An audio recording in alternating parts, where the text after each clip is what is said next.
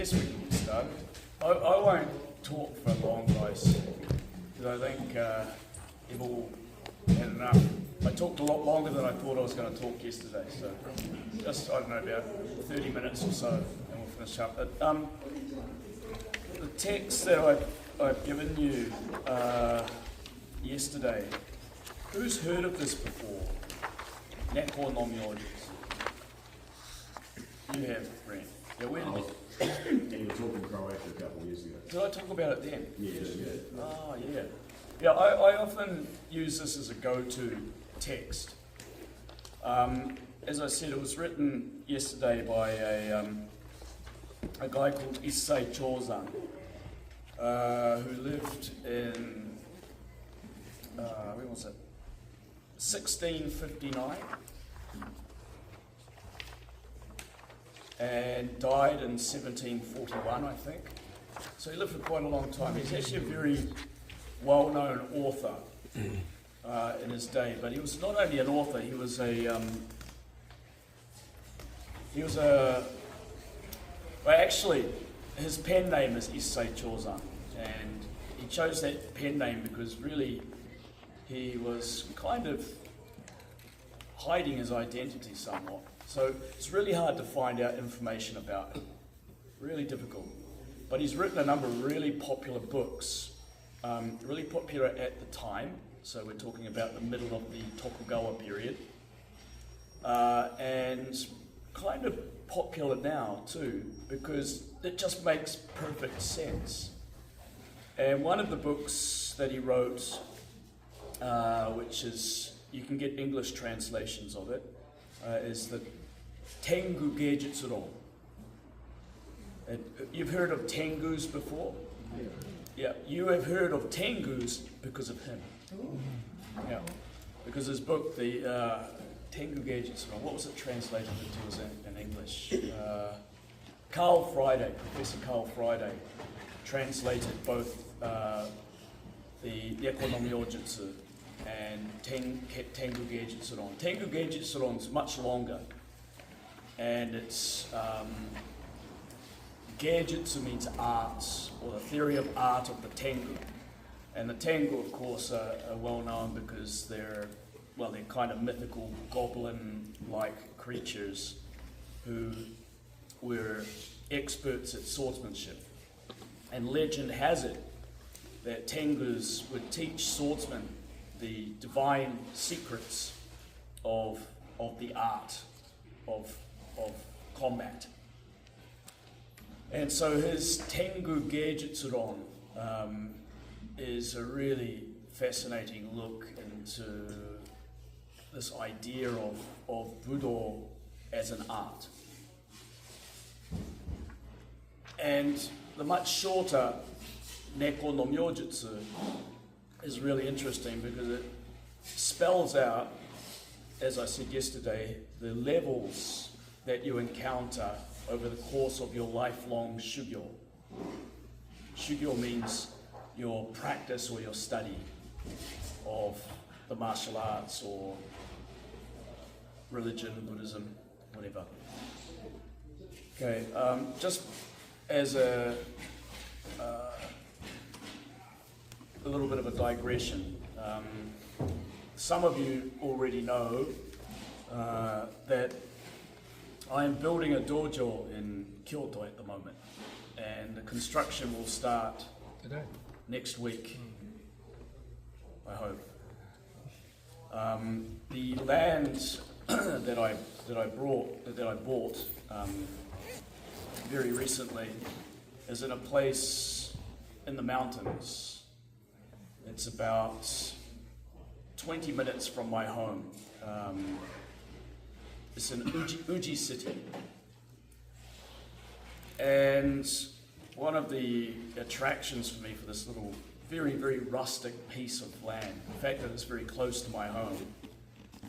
I live in a city, but 20 minutes drive, suddenly it's like going through, when you go through the tunnel under the mountain to get into this little enclave, it's like going through the wardrobe into Narnia kind of thing. It's really, really quite special. And this little bit of land I bought, there are 12 people who live there. It's been farmed as a part of the Daigoji Temple, which is a big temple in Kyoto. They owned the land, and it was kind of like the first ever tax loophole if you have these kind of estates and you grow rice and stuff.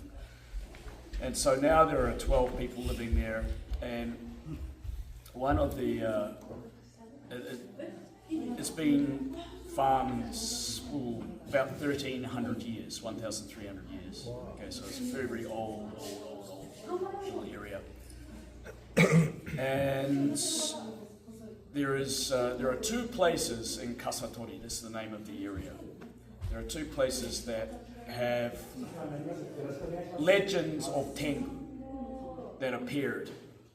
And one of them's like about a 10-minute walk from the bit of land that I bought. So it felt kind of appropriate to have this piece of land because I can make up lots of stories now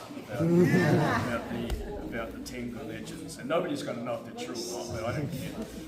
Anyway, this is a translation I did over 10 years ago, and I've been meaning to do something with it. Now I might do a translation of Tengu Geijutsu as well and make a set and do something, but the whole point of the mysterious art of the cat, or Carl Friday's translation is the airy skill of the cat. And the story, I've sort of given you the main points here, but I've also given you the full translation, so if you get a chance, read through it. I won't read through it here, of course. It's not primary school, but basically the story goes that there was a swordsman by the name of Shoken, and Shoken had a cat, but Shoken also had a problem in his house because there was a whopping great big rat running amok with him, and so he set his cat upon the rat. But the rat was quite a formidable character, and instead of being frightened by Shoken's cat, the rat just said, "Bugger you," and bit him on the nose. Okay, and it was quite frightening, in fact, that this rat just didn't give a damn about the cats. And so Shoken, somewhat bemused, decided that he would invite a number of neighborhood cats to try and catch the rat. And these neighborhood cats had a bit of a reputation, being good rat catchers. Surely, one of these cats would be able to get rid of this household pest for him. And these cats came in, and unfortunately they were unsuccessful. They were completely unable to catch the rat. By this stage, Shoken was more than bemused. He was very troubled, and he thought, gosh, what can we do? And he heard about some old cat in the neighborhood who rats are they just keep completely away. So thinking that this cat must have been quite a competitor in his day, I thought, well, why don't we give this old cat a go? His reputation precedes him. And so the old cat comes in, goes and picks up the rat, and off he goes. And it's like, WTF? What actually just happened now? How did that old, scruffy looking cat manage to do what all these young, athletic cats were unable to? And so it's from there that the story turns into something like this, actually. In Japanese, the word is zarankai. So everybody sits around the old cat, and they get the old cat's advice about, okay, the reason why you were unable to catch the rat is because. And so it's like the sensei giving students some advice, just like we do every day in Kendo. Okay, and so the cats, if you look at this slide number 3 on here, the cats, each one of the cats represents a stage, as I said in the Shigyo. The first cat was a young black cat, very sharp features, very skilled, athletic, technique focused. Maybe, in fact, I know many of you went to the All Japan Championships the other day. That kind of thing. Young, fast, very useful with the shinai, amazing techniques and amazing technical skill. That's pretty much the young black cat. The second one was a tiger striped cat. And this cat was a little bit more mature. It had been through the technical stage and now was focusing on something else more related to cultivating strong energy presence, ki.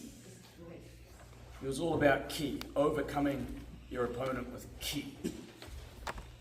The third cat was a slightly more mature grey cat, a little bit older. And this cat had gone past the ki thing and was very much focused on harmony, using harmony to overcome your opponent. That's close to the Aiki thing that we were talking about yesterday, is harmony. Whereas the old cat is in a completely different realm altogether. The term that is used and is quoted from Chinese classics on the art of war is mokke. And if you look at the kanji for mokke, moku is wood and ke is cock, as in rooster. You were thinking something else, weren't you? So it's a wooden, you often see it translated as wooden cock, which always makes me laugh, but it's a rooster, right? The wooden rooster.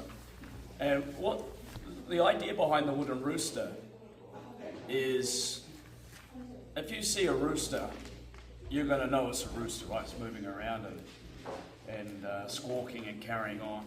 And roosters can be quite aggressive, right? But if it's a wooden statue of a rooster, would you even pay it a second look? No. You wouldn't care about it, would you? It's just a wooden rooster. And the ideal to cut right to the end of the story is to become a mokke, a wooden rooster, or in this case, a wooden cat. In other words, something that nobody even notices is there, but it is. But it isn't, sort of thing. It's kind of related to the whole idea of mushin. But not only that, the presence now is not kind of thing. It's just completely, almost nonchalant, almost as if there's nothing there at all.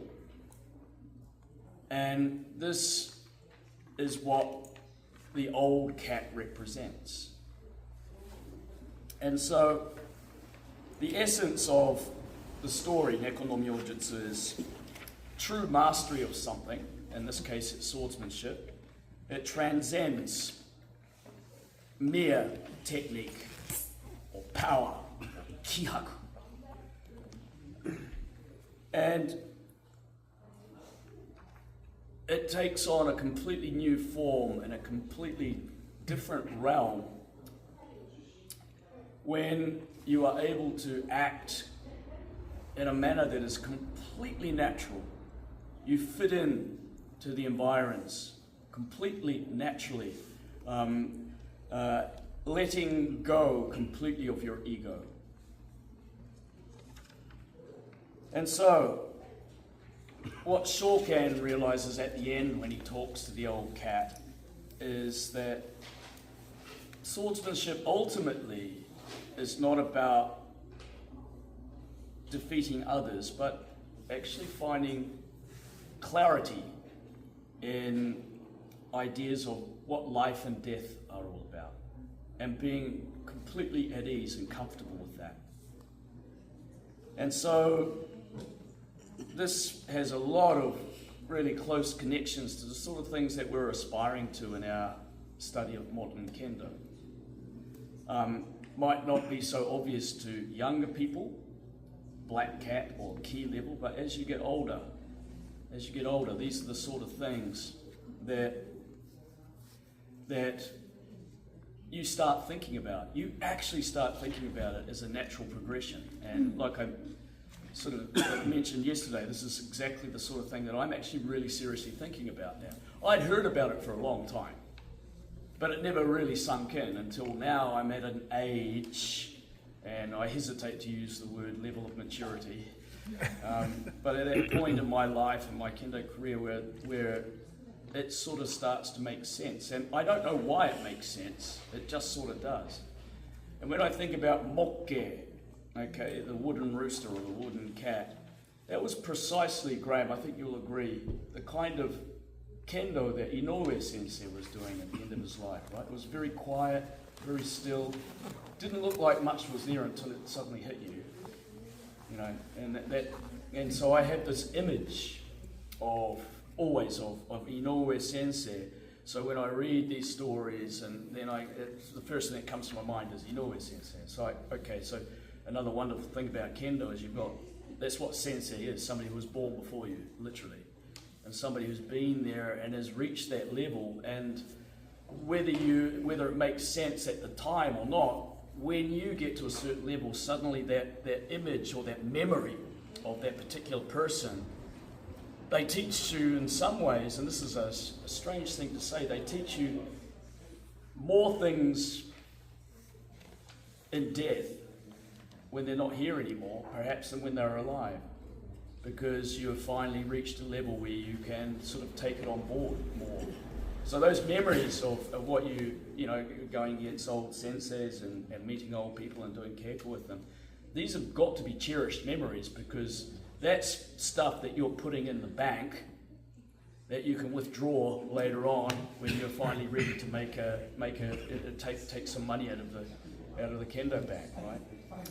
So the other thing about the Neko no Myojutsu is it's very much about Kaizen, okay, which is the name of the workshop that you're here for, and that's continuous improvement through reflection on what you're doing. It's not just a matter of doing it, it's constantly thinking about it, learning, getting advice from seniors, people who have been a step or already been down the path that you're currently trying to walk. And each cat in the story sort of symbolizes Kaizen in various forms of physical, refining the body, spirit and mind, technique.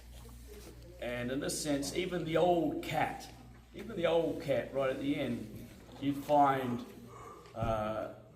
is very humble, and that they still too have many things to learn. So let's just have a look at the cats. Like I said yesterday, this little diagram here, there's 3 cats on the left. The one that says nature should say harmony, not nature. Okay. And this is the progression. Now I want to get to the actual cats themselves. Where have they gone? Okay. So just looking at the nutshell version, so you don't have to read all through it. The first cat, as I said, represents mastery of technique, just like the old pants. And the first black cat, when it sits in front of the old moggy, he boasts of his agility and his ability ever since he was a nipper cat, okay, a young cat, and said, I could do this, I could jump through all the rafters, and gee, no rat's ever been able to stand up to my skill. But Today, it didn't work. Why didn't it work? And the old cat says, well, that's because you're too focused on technical ability. You've been watching too many YouTube channel programs and videos of all Japan athletes, and you're trying to copy that. Yeah, sure, you've got some skill, but it's only skill. It's only technical ability. And that is never going to be enough. So the implication is you need to keep that technical ability, but go a step further. And the step after that is more about ki. Okay? And it just so happens that the second cat comes along, the tiger striped cat, speaks very proudly of its power of ki, its kihaku. And it's like, whoa. And that usually freezes rats in their place, and he can take them with ease. But this rat didn't even react to his ki. And so what the old cat said was that, well, yeah, having ki is really good, but ki doesn't always work with your opponent, especially if they have stronger ki than you do. It makes sense, doesn't it? You might have all the ki in the world, but if somebody's got more ki than you, oh, okay, didn't think about that, did you? Didn't think that the rat had more ki than you. So, you need to go the next step in your progression. And the next step, this is really what I think is Aiki. The third cat, the slightly older grey cat, had gone through the technical side, it had very strong ki, but had gone an extra level. He spoke of harmony. Being in harmony with your opponent, so that even if your opponent attacks you, you can absorb it. And it uses a really interesting analogy. Let me see if I can find it. Did I put that in there? No, it's in the main text, but like a curtain. If you throw a stone at a curtain, what happens to the stone? The curtain folds around. Yeah, just. And even a decent sized rock, you throw it at a curtain, it just. That's what he means by harmony, right? And so, how many times have you been up against an opponent that you throw everything at it, and it just feels like you're left with nothing? Okay, it just gets absorbed. Well, that's what he's talking about. This is what he says by harmony. This old grey cat, or the older, more mature grey cat. And the old cat, in response to that, said, well, yeah, but you're obviously onto something, but the reality is that your harmony is superficial.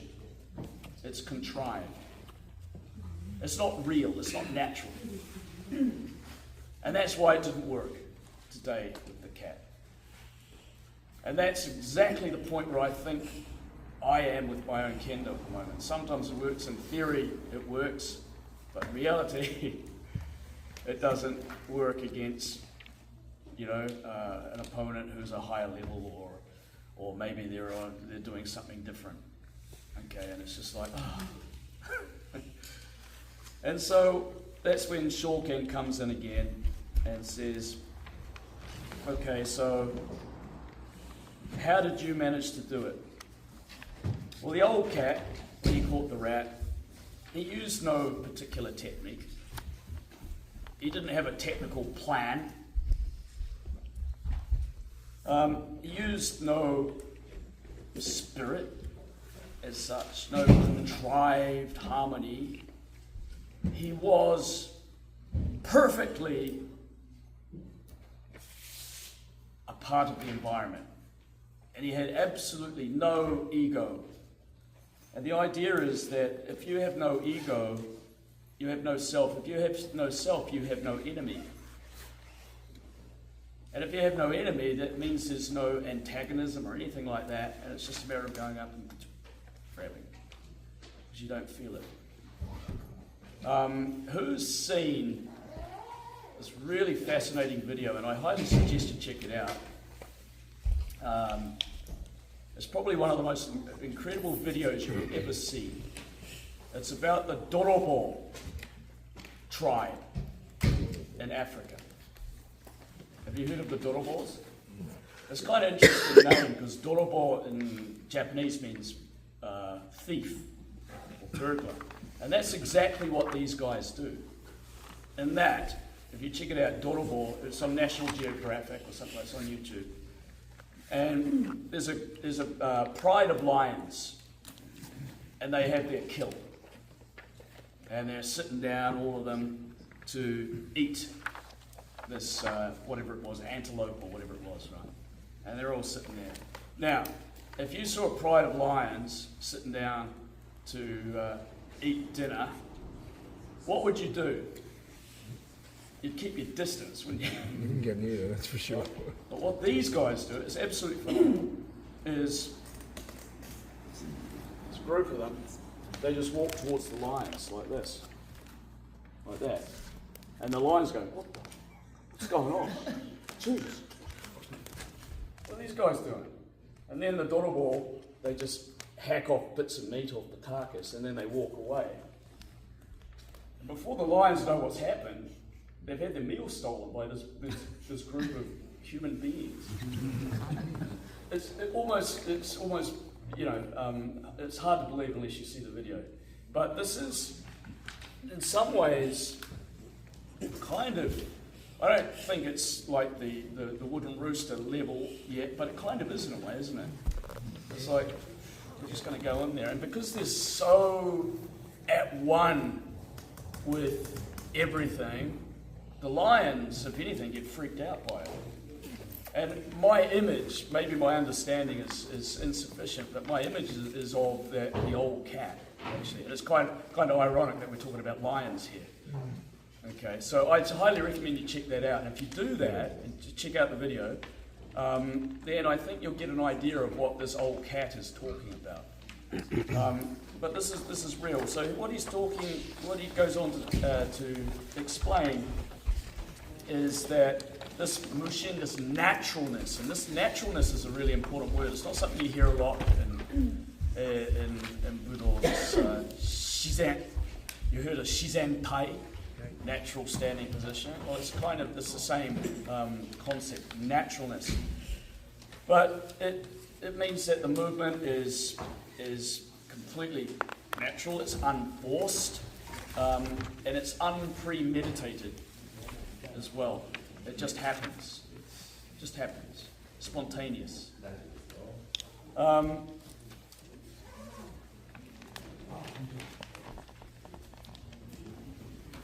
And so it goes on. So I'm not going to read all of this out for you, but if you read this, it won't take you long. It'll take about 5 or 10 minutes to read it, and then you can see what the conclusion is. And it does get a little bit esoteric, but not as esoteric as Inoue sensei was when he was talking about this sort of thing. But the underlying teaching of it all, and I'll just finish with that, is first you train your body. You have to learn the waza. You have to learn how to use your body. You have to learn how to stick to find that right striking opportunity, and then when it's time to go, bang, you go. And you can't be afraid of the result. You might get hit, you might not, who knows, you might be successful, you might not. You can't think about that. When you go, you just got to go. That's called stemi. Okay, so first you train the body, and you train to just, that's why we do kakarigeko and uchikomi and all the techniques and stuff. You need to learn the techniques properly. Okay, it's training the body. And then you train the spirit, the ki, that comes next. And after that, you train the heart.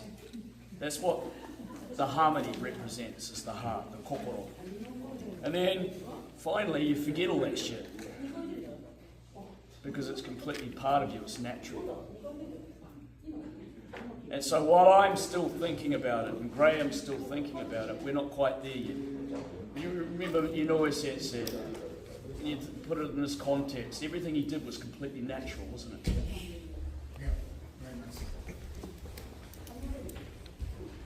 So this is something that somebody like Hoshiko, who won the All Japans the other day, absolute brilliant swordsman, he's nowhere near this yet.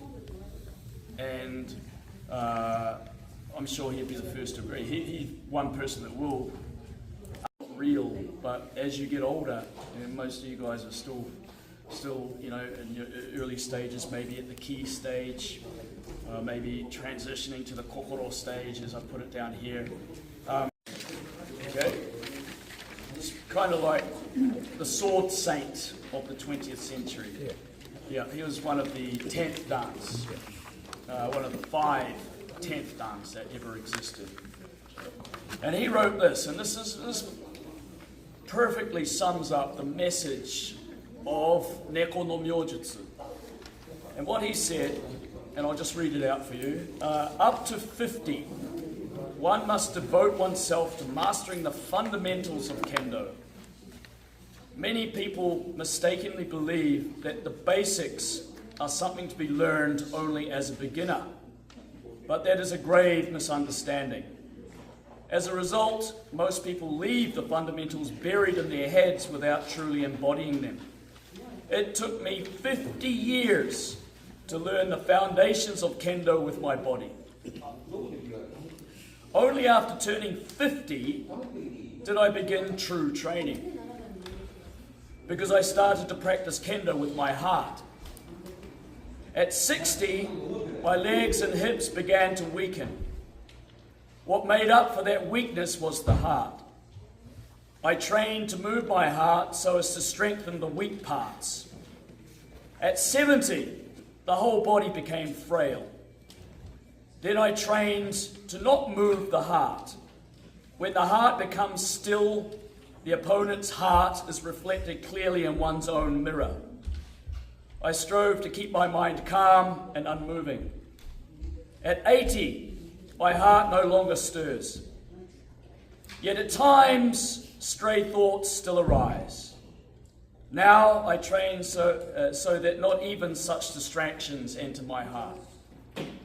So this is exactly what is being talked about in Neko no Myojutsu, precisely that. And we're talking about a 10th dan who said he only really started training when he was 50. Where does that leave the rest of us, right? Okay, but that is what we're talking about here. And if you can check out some video of Mochida Sensei on YouTube, there's a really quite a well-known scene where he's fighting a young Rokudan who's dressed in white. Okay, if you check out Mochida Moriji in YouTube, that'll be the first thing that comes out, I think. And he's basically just playing with this Japanese champion. The champion looks like a child. It's phenomenal. And this is because of what he's written here. This was his approach to his Kendo. It was a lifelong thing. He was still studying, learning, reflecting into his 80s and beyond. And then there's one more thing I put down here right at the end, which I thought I would share with you, and I'll finish off with this. I think yesterday I mentioned Tsurumaru Sensei, right?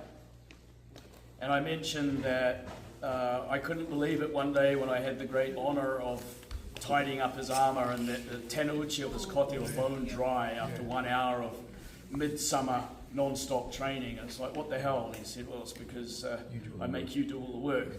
Okay, well, we had a dojo gasku, and we have zadankai with the sensei, Okay, so sensei's sitting there, everybody's sitting around, and sensei will go, Alex, you need to work on this. And he brings out his calligraphy brush and the shiki shield, that little cards that you write calligraphy on. And he would think of something that is timely for that student, or something that they need to work on, or something that they can take inspiration from. And he looked at me and he goes, And this is it here. I've got this in a frame at home. It's one of my greatest treasures, actually. I was 20 at the time. And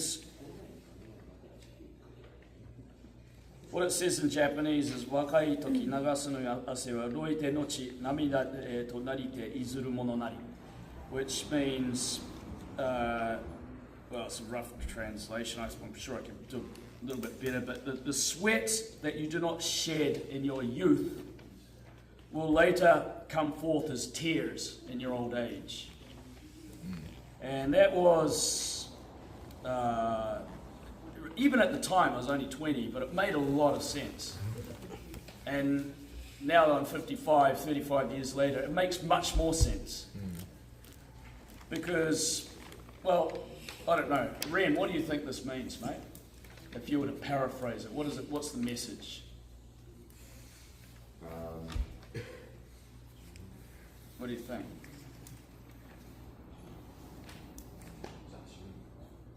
I wouldn't know. Wouldn't know. Anybody got any ideas? Yeah, mate? Put the work in it when you're young, so you won't have any regrets when you're our age. Yeah. So when are you young until? Let's say 40. I mean, that's the crux of it, really. When are you young until? You decide to be old. Yeah. So your body starts breaking down. Well, people's bodies break down when they're young too. Well, when they're in their 20s or 30s, right? So what I thought was, so my 20s and 30s, I'd train hard and I'd go to, the university, college dojos and train and so on. And I thought, geez, how long do I have to keep doing this for? And it suddenly occurred to me that, well, shit, you do that right the way through. Look at Tsurumaru Sensei himself. He was in his 80s and he was standing up there training with anybody who wanted to have a go at him. Right? And yesterday, we mentioned Graham and I had a little when we had dinner last night. We brought up the incident that happened outside the dojo yesterday when we were taking a photo. Do you remember? When Norizuki Sensei took a tumble. Okay, but what did he do? He got back up straight away as if nothing had happened. He was at training that night, etc., etc. He's 74 years old. And Graham, what did you say with regards to that yesterday, if that was in New Zealand? If that was in New Zealand, I think we would have been calling an ambulance. It was a serious fall and his feet were right up in the air. Yeah. So, wakai toki ni nagasu no ase, the sweat that you do not shed in your youth. And I want to change the word youth. I think when you're young is probably a little bit gets that nuance over, but the idea is that it's like if you keep working hard at something, then you will have no regrets. If you stop working hard at something, you will regret it at some stage in your life. And so the idea is to keep feeling young and training with everything that you have. And that might deteriorate over age, like Mochida Sensei talks about, but still very, very young at heart. Okay, it's like you said, I think, you're old when you feel you're old, when you think you're old. When you decide to be. When you decide to be old, yeah. So that's why this little message has sort of always been with me. And I have no doubt that I'll still be looking at this when I'm in my 80s and 90s. and still thinking about it. Okay, and making sure that, yeah, I don't have any regrets at the end of the day, because it's going to come. And on that note, I shall stop talking and we'll leave it there. So I hope that was useful. Please keep